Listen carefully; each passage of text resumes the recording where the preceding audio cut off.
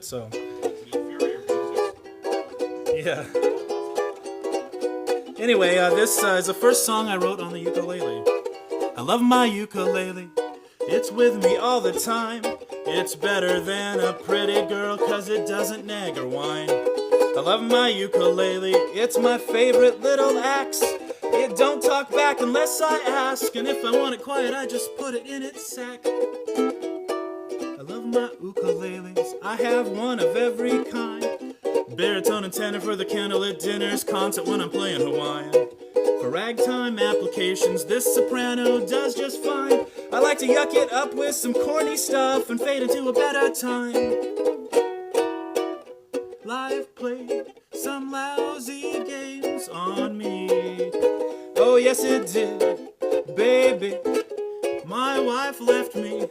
She took the dogs, and now all I have is this ukulele to get me through the night. It's a lonely, lonely plight, but I'll do just fine with my four-string wonders. Do do do do do do do do do do do do do. I take my ukuleles with me for everything I do. If there's a lull in conversation, I pull it out and play a tune.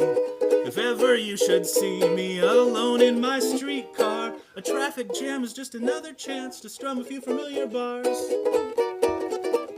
Life plays some lousy games on me. Oh yes it did, baby. My wife left me. She took the house, and now all I have is this ukulele to get me through the night. Oh, the hole's a little tight. To get the sound out right, what were you thinking? Do do do do do do do do do do do do do do.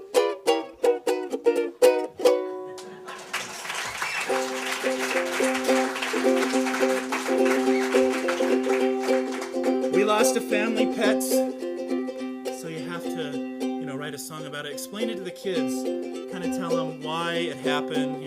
They want to know that kind of stuff. And I found it was kind of appropriate to assess blame, so here's the song.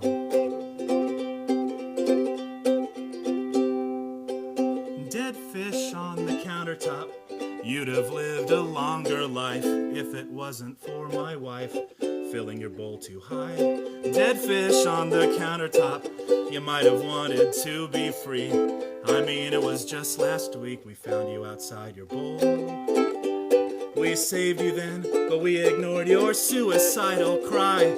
We blamed the cat, we blamed the kids, but never got the answer right. Oh, you jumped out and freedom came. A few more inches and you'd have vanished down the drain. Oh, that suffocating freedom in your suffocating world. You found out the hard way you didn't have what it takes to live outside of the bowl. Dead fish on the countertop, you're staring at me with one eye because you're lying on your side with toothpaste stuck to you. A dead fish on the countertop, what were you dreaming of? Were you dreaming for a bigger bowl, or did you want a wife? Well, I found out you might just have another chance at life. My wife poured on the living water and you seem to have revived. Oh, you held your breath when you jumped so high. You must have had some clouds with the big fish in the sky. You were swimming around, you had so much zeal. Then one day later we found you floating there. Now the cat can finally have her meal.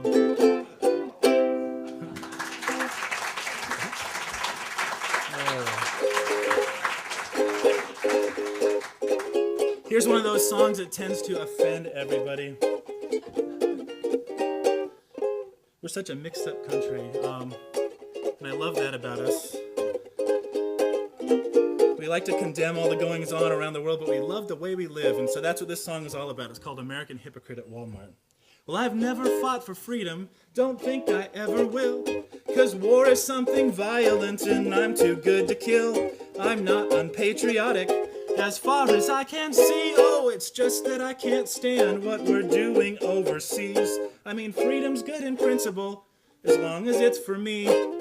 So I'm going to Walmart to protest the wartime sleaze. So leave those lights on, getting gear, gas up my SUV. March through rows of textile made on foreign dime, where workers work for cents a week but can quit any old time. I'm going to Walmart to protest the wartime sleaze, where everything's a metaphor for my hypocrisy. My shirt's made with child labor, hey, that's okay. As long as we're not bombing those tykes, I'm happier anyway. Well, the food in my Frigidaire stays cold with Saudi oil. There's oil in my rubber shoes and the plastic around the spaghetti that I boil. This war is over oil, and that's morally reprehensible. But if you turn my lights and power off, I say bye to my nonviolent principles.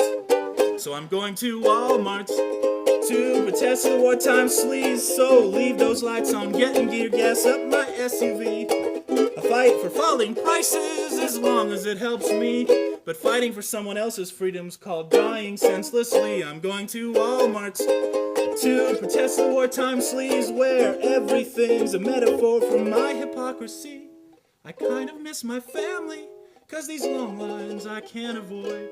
But if you put a Walmart in Iraq, it's their culture that's destroyed.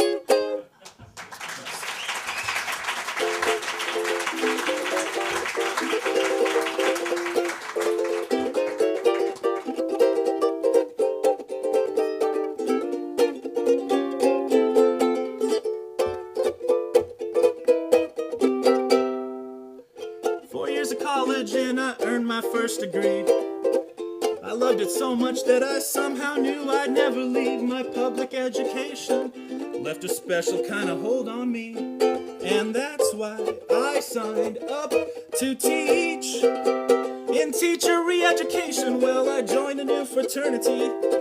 I learned that students should always take the top priority, and all the ills in education were the fault of government misappropriations, and parents were just pawns too dumb to know.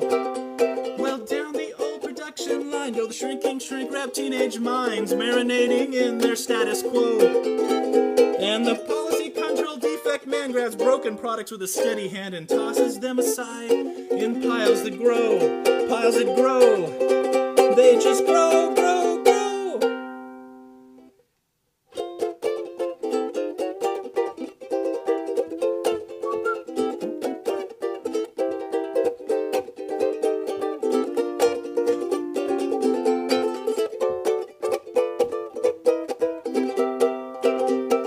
Meet that standard, toe the line, tune in that corporate state of mind where numbers and calculations equal growth.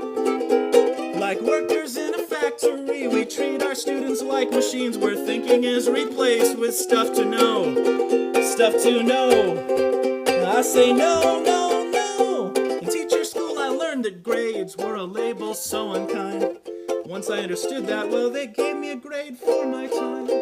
We think that we're fulfilling needs when we really serve a bureaucracy.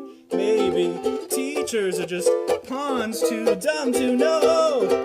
Well, we tell our students, don't be late and don't you want to graduate, as if looming threats will somehow open minds. And if they want to use their voice, our holy Lord, make a choice. They mess up our neatly staged production lines. Production lines. They're just lies, lies, lies.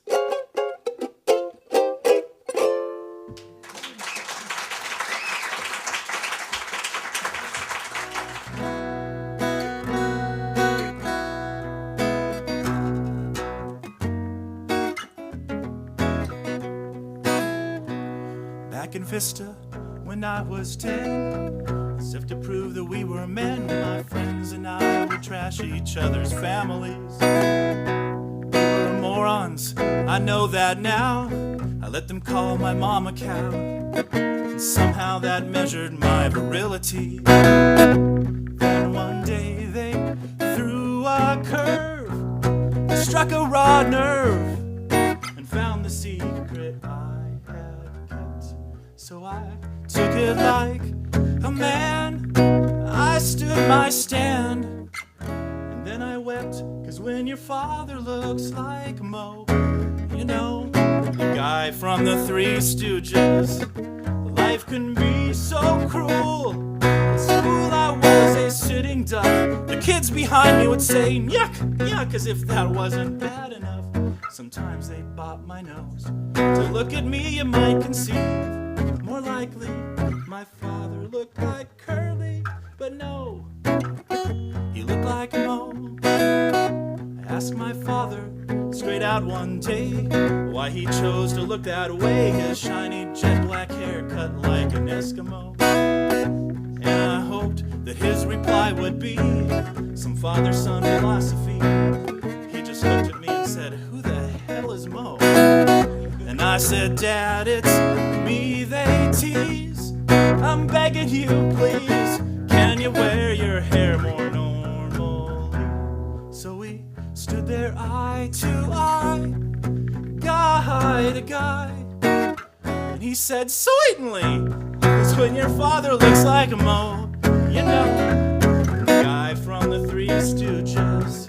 Life can be so cruel, but he sat down in that barber chair. He kept his word, he cut his hair. You would think that then and there I'd have been content. Damned if that was not the year they added a new stooge to the lineup. And so it went. My father looked like Shemp.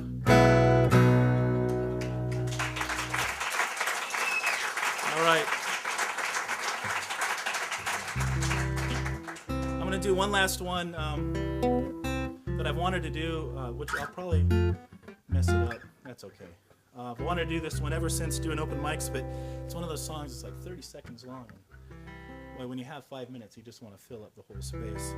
So, I'm just kidding. It reminds me of places like this, and it's by David Wilcox. By the way, Mo was by George of Wurzbach. He's an open micer on the East Coast that's actually pretty successful, great piano player. This is by David Wilcox. There's a guitar here in the window I'd like to play before it's sold. Such a classic, mint condition, in great shape for one so old. All these axes have the stories of the gigs that they have seen. But when this one sold the first time I was 17, of course back then I didn't want it, it was way too new for me. Needed something old and righteous with its own authority. So the first guitar I ever bought was twice as old as me, as its life was filled with music as I dreamed that mine might be. So I played that thing 1,000 nights and traded it away for something slightly newer that was easier to play. Well, now lately I buy new guitars, they're shiny as a hearse. I still like the look of road wear, but the roles have been reversed. Now this thing is a classic, but I still don't need to buy. I'm sure it has its stories, but by now so do I. Thank you. Okay. Yeah, let's hear it for John again. That was pretty special.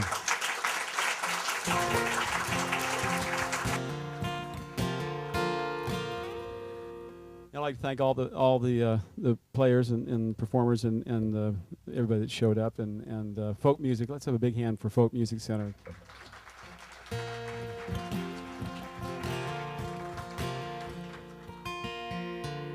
I'd like to play one song real quick. This is a song that I wrote a few months after I lost my mom. This song's for Jerry.